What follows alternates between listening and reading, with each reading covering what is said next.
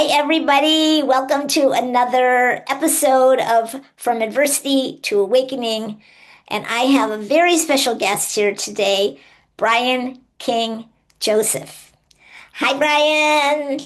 Hi, Peggy. So Thanks for glad that having you're me. here. Yeah. I met Brian just about, what, a week and a half ago? Yeah, it has Yeah, been yeah. just about. Yep. At the Media Award, sorry, Media Access Awards ceremony. And Media Access is an organization that exists to support people with disabilities of getting roles in TV, television, videos, etc. in the media. So yay for Media Access. They've been around for many years. And they had an award ceremony, and Brian was there entertaining us. So I'll read you his bio now, and you can know that we are among the stars. Brian King Joseph, known as the King of Violin, you may recognize him because he's a groundbreaking electric violinist who plays third in America's Got Talent in 2018, wowing millions with his electrifying performance and unbreakable spirit. Diagnosed with acute peripheral neuropathy, a rare and incurable nerve disease that causes constant pain and loss of sensation in his hands and feet. Brian delivered doctors predict sorry, defied doctors' predictions that he'd never play again. Go, Brian, go. Yeah. Woo. His high voltage fusion of classical precision with rock, pop, and hip hop energy earned him high praise among the judges. Simon Cowell, usually, of course, the sourpuss of all, called his final performance everything the show should be. And I would definitely agree. Mel B hailed him as a big inspiration, and Chris Hardwick, sorry, celebrated him for standing, quote, in true defiance of your condition. Today, Brian continues to perform on major stages around the world and advocate for medical awareness through partnership with Children's Medical Network hospitals and Dexcom, providing him every note that adversity can be transformed into art. So, That's right. welcome, Brian. Yay. Thank you for having me, Peggy. I'm Yeah, happy to and be here. as we're broadcasting this in October of 2025, I just want to bring to people's attention, if it hasn't been brought already, to the fact that October is a month that is classified as Disability Awareness Month. And in that month, I doubled up and I'm doing the podcast once a week instead of every other week because I know so many cool people who have overcome their adversity, and I wanted them to be on the show to talk to you about overcome their disability and talk to you about how they did that. So, Brian, is with open arms and open heart that we welcome you to the show. Thank you for being here. Thank you. Thank you. Happy to be here. Great. So, tell us a little bit about your disability, about the adversity that came with the disability.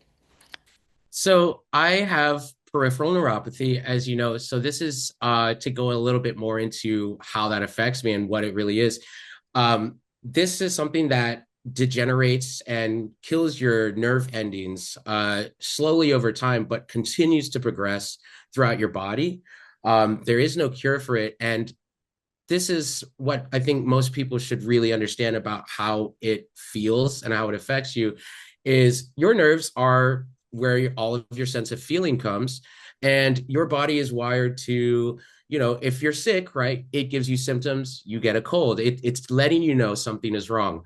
Well, when your nerves get sick, their way of letting you know something is wrong is by firing all of those pain receptors all at one time, saying, hey, fix me, fix me, fix me. Unfortunately, our medical science really isn't at the point where we can go in and fix those things. I mean, we're talking millions and millions of little nerve endings all throughout your body.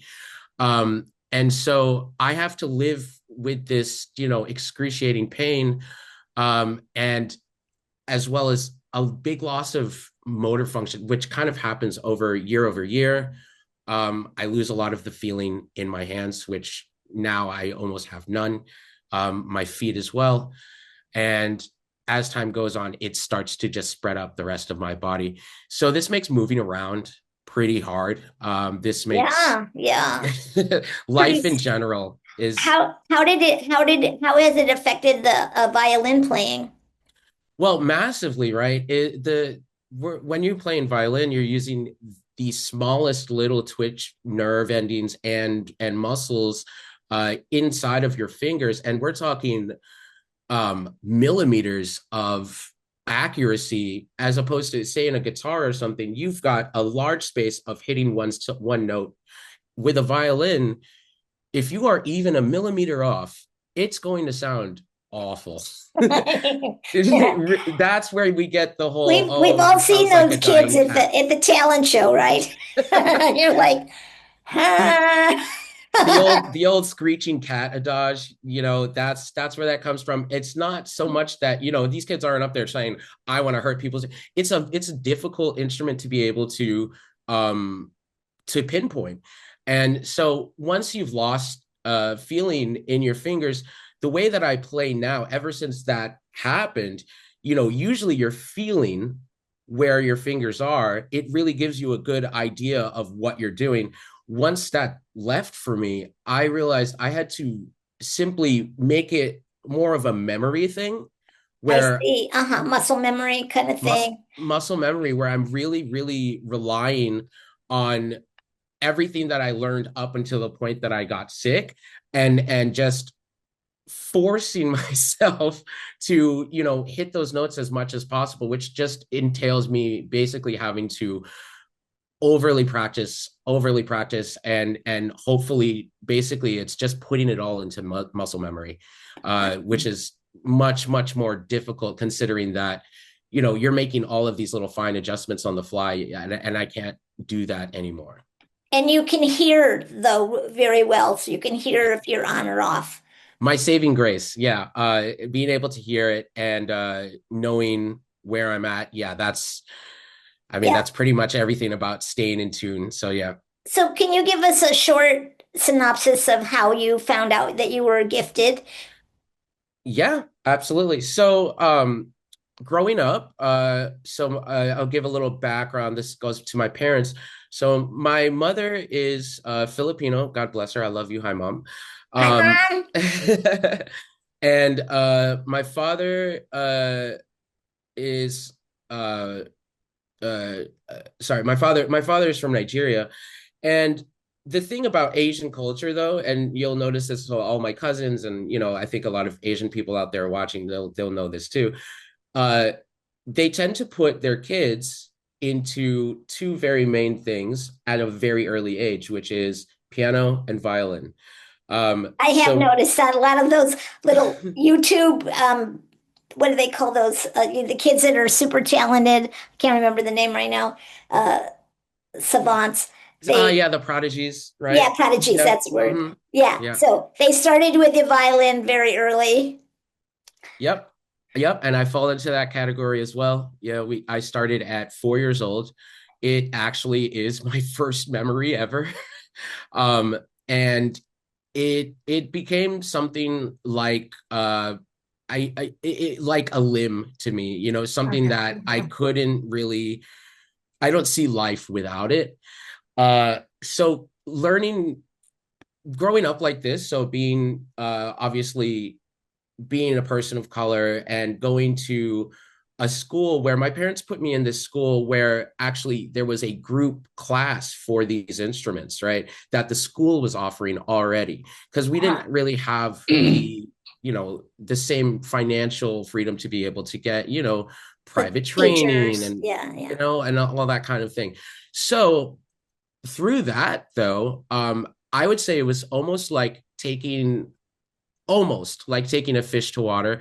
In the first few years, I noticed, I enjoy doing this. Maybe I'll get good, maybe I won't. After a few years of just really sticking to it, I started to realize, oh, I think I quite am very good at this. And a lot of the kids who have had, a lot of these privileges of being able to have, much higher and more intense type of training than I was going to these mini competitions even at that age, and coming out on top. And that, Hey, awesome. yeah, Yeah. it's something that really gave me a lot of pride to be able to. Now, piano was not as fish to water for me, Uh-huh. but that also gave me a reference of what is considered good and what is considered, really good. Right, right, And right. once I saw that people, um, my judgment for how I know I'm doing something well, it's you can look and see people's faces Right. And they're like, right. from an early age as a kid. Even though I don't have the most understanding about all of the things in the world and all of how people work and all, I did realize, okay, when I do this, people smile really big. Beautiful. uh, I love that. Let's have a little break. I wanted to share with you about an incredible stress busting tool that I created called Tap for Joy. And it incorporates acupressure tapping, you may have heard of it, NLP, neuro linguistic programming, hypnosis, and somatic awareness into this mighty mouse of an app that can reduce stress and increase happiness. Check it out at Tap for Joy in the Apple Store, Tap for Joy, or an explainer video at tapforjoyapp.com. It will help you to come to center, reduce stress, have a better mood, be more amicable, boost your immune system, deal with past trauma, all kinds of things. There's also an upgrade you can get with lots of cool features. So check out Tap for Joy and tap your way to joy today. So let's get back to the interview now. So yeah. just to your point, as a little bit of an aside, but to your point of the limb, I think when I saw you at the AG, at the Media Access Awards, you had on a jacket where your violin was connected to your coat. Is that correct? Yes, Because I you were walking did. around and I think you even gave me a hug and it was like right there. And I was like, that's something else. So that is like it's like what you just said. It became like a limb for you. So beautiful. Absolutely. Yeah. Absolutely. Yeah. So how was it for you then to know you're gifted, know you're making people happy, know that you're winning the contest, and then all of a sudden you're starting to develop this nerve thing? And how did that impact your sense of self? How did it impact your relationship with your life, the And adversity? so, yeah, and this is where we've got to get, I say brutally honest, because nobody likes to hear about, it's not the funnest story to hear about a child who's really going through something so dark. But when this started happening to me, and now my mother's a nurse, and she would always say to me, she calls me BJ. She goes, BJ, you're a sickly boy. And she's not wrong, because I've always been very susceptible to catching whatever it is. I Uh-huh, think my uh-huh. immune system just hasn't been the best.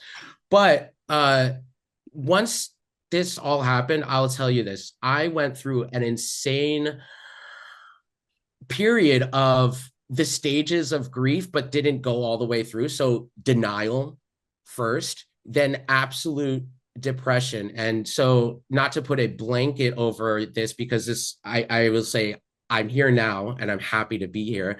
But when I was 13, and this is when all of these problems started. Uh, I attempted to take my own life. I'm sorry. And thank God that they actually were able to get me to Children's Hospital, which we mentioned earlier. This is why I love to work with them so much, because they saved my life. Mhm. And I was in, I got my stomach pumped, and then I was in a psychiatric ward for a few weeks, but it really helped me. And I think what some people don't realize is it's not just the fact that I was, feeling less than. The reason why I was truly feeling less than is that my father was a very, very strict and demanding father. And any type of failure was considered the utmost level of disappointment. And that was coupled with rage and, a lot of physical abuse. So Because sorry. So sorry. I That's like thank you. tough. You know, I mean, just yeah, to deal with going from being at the top of the mountain to being, under being deficient, and then they have your mother say you're being sickly, and then have a father who's raging at you because you're sick. yeah. It changed. I mean, I'll tell you right Really, now, it really was the hard. biggest source So sorry. of tribulation in my life. Yeah. Now, my mother was incredibly supportive, though, right? Uh-huh. She cared so much about keeping me as healthy as possible, and she was working her butt off so much. But that also meant that I was home alone with dad a lot, and Uh-huh. before I was sick, my father really was like my hero, and he was such a good, to me, he was being a good father. Things really changed after that, where there was this level of supreme disappointment, that no matter what, it was like I was every day I knew I get home, I'm going to get hit. Uh, Even though I was a straight A student, I was winning competitions. It's because I wasn't enough for him, right? I wasn't perfect, Right. and even though it wasn't, these things aren't my fault. Uh, So let's go to how did you overcome all that? well, this is the beautiful thing. I think that all of these, this adversity that I went through with just my father, it taught me though to have this sense of defiance, I think, to feeling like, hey, if this is how somebody's going to see me, but I don't feel that that's fair, I don't feel that that's true, because I know my heart and I know the things I want to do. I know I like to make people smile. This can't be a bad thing. It really showed me to, I guess what you could say is, go my own way and believe in myself, to say this person has to be wrong. This naysayer in my life, regardless of the fact that they're so close to me and I really respect them, they Yes. have to be wrong. And Yeah. I must believe in that, and I'll show them, you know. Beautiful. Beautiful. So Mhm. that's the defiance part. But the other part I would term as something that I teach to a lot of teenagers is becoming an authority and young people, becoming the authority on your worth and not letting other people. And so for me, this was a really big thing because I got teased. I didn't get asked down on dates. And, there was like this constant reinforcement that something was wrong with me. And I had to like rise to the occasion. This didn't happen really till my late 30s, where I rose to the occasion and recognized my true divine nature. And then since then, it's been a process of bringing that out. And so it sounds like you had an early start with that. This is a very, very important life skill that until somebody has had that kind of difficulty with another person that they have that kind of negative feedback, that we decide, listen, I know who I am. I know I'm making people smile. I know it's not my fault. All the things you just said. And then in defiance, which in that place is a healthy defiance because you're staying in the truth of who you are. Absolutely. Beautiful. And that's Beautiful. why I look at these things as, maybe it was a terrible thing to have to go through, but there was also such a blessing Yeah. planted within inside of that. Yeah. And it steeled me for the life that I was, going to be living, where this reverberated, I think, and worked throughout my life from that point. I had an incredible amount of naysayers like you. I was bullied a lot during school because I was sickly, I was small. A lot of these people didn't look at me the same, and I intensely felt that on the inside. Um, but I believe in the goodness of people, and I believe in the goodness of myself, Beautiful. and I love that. so that belief really carried me, even Yeah. though all of these things I felt like I'm dealing with all of the worst Yeah. things in life right now, but And then even when you became famous, I bet people were very jealous of you. well, I loved what happened when that happened, is because I had a lot of those people who, even some of my friends in school, while I was saying, I'm going to do this, guys. I promise you, it's going to be a thing, and you'll see me one day in front of millions of people, and it'll matter, right? And you're going to be proud of me, What and we what we think is what we get. That's right. I didn't know the concept of manifestation before then, but I was subconsciously already doing it.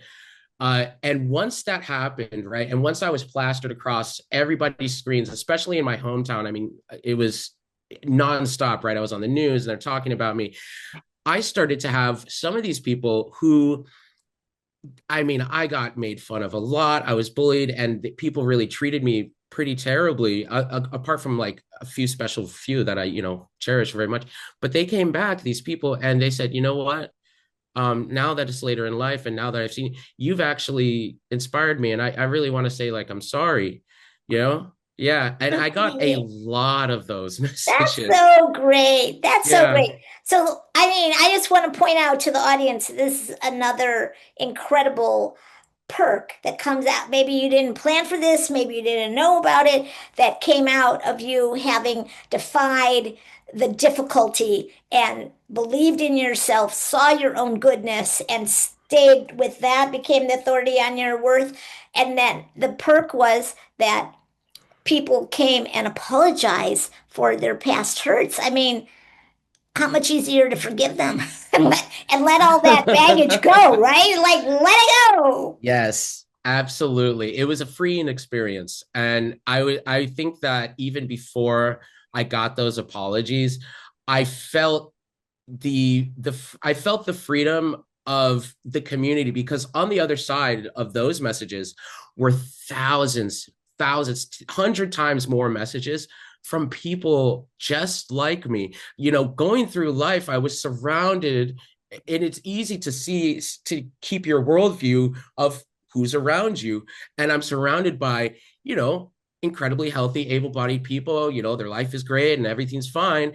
And it can have this effect of making you feel like, well, I'm just less than. But Of course. once that happened, or even more so, I'm alone, right? I'm just here alone. When I got all of those messages, when I realized, wow, there is an army of us. There are an entire, we're everywhere. Um, it made me feel so seen. And I think if anybody here listening saw the first audition where I went viral on America's Got Talent, like the very first one, I told myself, I said, oh, it's your first time on TV. Just, there's a few rules. Don't, when you're on stage, don't hump the air, and also don't cry, right? You're a man, like, don't cry. I started bawling, right? And it wasn't because I realized, oh, I'm doing well. I felt already that I was going to do well, but I felt seen for the first time in my life, where I had something that people had always treated me like, oh, well, you're just different. You're not like us, and that's a bad thing. And for the first time in my life, I said, oh my goodness, this is a good thing. And so that's what really caused me to cry, is I was crying tears of joy of this realization. Of course. And your vulnerability is what, vulnerability is always what opens people's hearts. And the thing that is so fabulous about you becoming a star via AGT is that they tell your story, and that Yes. people knew that you did not just that you were this virtuoso high energy bliss mama up there, doing your dance and thing that was so amazing, electrifying. I think that's a great word. Thanks. But that you have this diversity, so everybody got to know sort of the background. So tell me a little bit about how overcoming the challenge, believing in yourself, defying your dad, and moving on and coming out into, the world with your gift and giving joy to all these people. How has that impacted, and how has it affected your ability to connect with your deeper self, with God, with nature, with others? How does it affect your ability to connect?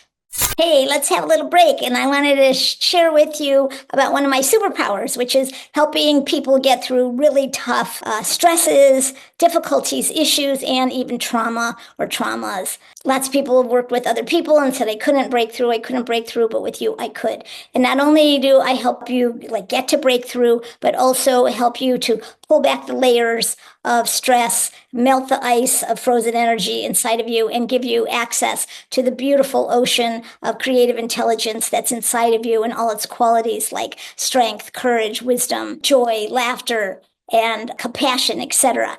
So chatwithpeggy.us is my scheduling, and sign up for a discovery call. You can work with me one-on-one on the phone, Zoom, in person over time, or come to my hometown for a weekend intensive. I look forward to working with you that way if your heart is so drawn. Well, I would say that the connection first, you mentioned God, and I think that that's a really important one to start on. Before a few years before I was able to even get there to AGT, and when I was sick and when I was feeling so, hurt, there was a time in my life, and this is in college, where I was I was getting this is when I first was hit so badly that it was in a point where I couldn't move anymore. I mean, I was sleeping about 1 to 2 hours out of every night. I couldn't go to classes. I couldn't do anything. I'm just sitting there in this excruciating pain all the time at just 24. Okay. So much that it would hurt to walk to go to the bathroom. I would like hold it because I'm like, it hurts to walk. Wow. So but it put me in this place where when I'd be waking up and screaming in pain, I'd start asking God, right? I'd say, God, like, what is this? What are you, do you want me to just die, or what is this? Like, what's going on?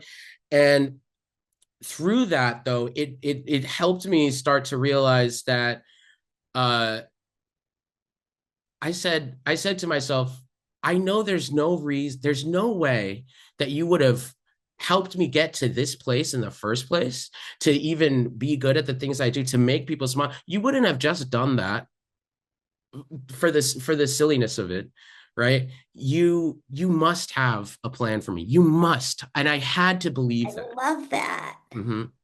So that's like the first part of it. And then you're saying, how did that really help me see myself afterwards? Well, it really opened up my eyes to, I think, a full acceptance of who I was. Because truthfully, before AGT, there was always this stigma that I still felt, where I felt guilty, okay, about being sick. I felt guilty about, my friends being like, hey, let's do this. And I'm like, I simply just can't. Or they say, hey, when we're having so much fun, how are you? And I'm like, I think I'm gonna fall over right now. And I would feel like, oh, I'm putting a damper on the party, right? So, you know, yeah, and so shame I and wouldn't guilt. accept myself. Yeah, Shame. I shamed myself. I guilted Yeah, myself. And a yeah, lot of that feeling and a lot of that a way of thinking, honestly, was kind of implanted to me, from my father, from being so, you right. know, you have to be this, and So once, though, I got that moment in AGT, I felt this incredible feeling of acceptance. And I said, if everybody here can accept me, how can I not accept myself? Right. Well, there you go. And How great. I tell you, it's a blessing to be able to do that. It lifts a lot of stress off of However, you. I want to point out you would have never gotten to AGT if you weren't already doing that yourself. I think That's that right. you had defied your father. I think you had set aside your guilt and blame and shame and all that stuff and been able to focus on your own goodness and on the strength of your talent. And that somehow divine grace came in and you were able to put yourself out and go to the audition, first of all, right? I Four mean, four amazing. times, Four four times. auditions. Four. Awesome. Okay, Yep. so we're getting on so now what I want to know is how that increased connection with yourself, with God, probably with people that are coming in giving you um uh, apologies, but I would think also a huge fan base that's telling you, "Oh my God, I'm so inspired by you. You're so awesome." Blah blah blah blah. Right? Giving you a lot of accolades. So Uh, how has all of that overcoming your challenge brought more joy into your life, Brian? Well, first of all, being able to help people see that it is possible in the first place. A lot of people who have the exact same symptoms, the exact same disease that I have, if this is something that makes people want to give up. It really is. And it's hard to even, anybody who would feel this, they would feel that at some point saying, oh, this is just too much. And for me, I've even felt that, but being able to show people that, hey, you can go for this, you can go for something that everyone is telling you you can't do this because of that, because you're sick. Um, you can, right? And for without anything external, right? You can do it from inside yourself, knowing that there were a bunch of people saying, I didn't know. The most common I message want to that I hear got about that the I loved, joy. I want to hear about the oh, joy. the joy The joy. of People Michael. have a Okay. difficult time talking about more joy, and I want to bring you in to talking about more joy. So, Well, what are ways that okay. you experience more joy in your life now? Well, ways I feel more joy in my life now um would be, well, I wonder if this is would be classified as joy, but first of all, it's just being proud of myself. For Um sure. That's a from great way. I mean, loving yourself, and then how much better are you able to love others? Well, absolutely, completely. I mean, be without being able to love myself, the ability to love another person was just so clouded by, self-doubt and Guilt and shame. self-negativity. Yeah, guilt and shame. But once that happens, and once I was able to embrace the happiness inside myself, because truthfully, it makes me happy to make other people happy. It gives me it feels really good for me, and to be Well, able to when, be happy and share that, I mean, when I've seen you perform, Brian, it's like you're this bolt of lightning that oh, just thank you, I love is that. set aflame on the stage. And when you were at the media access, they had fire flames going in the videos behind you, which was so apropos because you were just like that. You were just like this firecracker going off and playing this amazing music, and what was coming through your body and coming out of the sound was just so energizing, uplifting, and blissful. So beautiful. So you Thank must you. have good contact with your inner joy to be able to create that for others. Well, when you see me play violin, I don't there's never been a performance where I'm not smiling super hard, Yeah. and this is not, it's just so inherent for Like your me. bliss switch. Yeah, and no, it absolutely is. And because it makes me feel so happy the reason I make the music and the reason I like to put it out into the world is because when I make it, when I play it, I'm feeling those feelings of happiness, of joy. And a lot of people will say the same thing. You smile so hard, And even during, I think, rehearsal for the MAAs, by the way, shout out to the production team. You're right, the fire and everything was just beautiful. That Chef's was kiss. really nice. I know, I know. If there's a link to that, I'll put it on your speaker page, and I'll also put a link to your AGT final performance so Oh, people amazing. can watch that if they want. Amazing. Thank Unless you. you want to do some for us now. Oh, I would, except for all of these I guys are didn't prepare you for that. And you're but I'd be happy to come on again and do it. okay. Absolutely. Okay, well Yeah. we'll do that. All right. But one thing I just wanted to say is that, people will say, "Oh, you have so much energy," and you can see quite a difference sometimes, especially like right after. Many people who have hired me to play for their events and stuff, they'll see the incredible energy shift. So I'll be on stage, um, and it's like I'm an energy firecracker to the point where people are like, "Whoa, Totally. where are you getting this Totally. from?" Yeah. And the truth is, I take everything inside, absolutely every ounce, every morsel, and I just throw it on the table. Like no disregards. Like, and you'll see me go backstage sometimes, I'm like basically collapsed on the floor. Not sad, right? But the exhaustion from like Right. sometimes even just a few minutes of like perform, because if it's 3 minutes, I'm going to go crazy for 3 minutes. If it's 20 minutes, I'm going to go crazy for 20 minutes. I'm going to use every ounce I have, Beautiful. because why not? There's been too many people who have said to me take it easy, or don't do, don't do that, or do. I say, look, when I love something, and I'm going to live that, I'm going to Beautiful. I enjoy love that. that. And when people see you perform, they can see it. So I just was thinking that it's not, I having you on the show, not just because you have a disability, not just because you're an excellent violinist, not because you're an AGT star, but also including is that you are a person who radiates joy. I hope that makes me happy to hear. It's Yeah. I think the world is just a better place. Everybody has that joy inside of them. It comes from different places, but everybody has it. And like I said, I believe in the inherent goodness of people.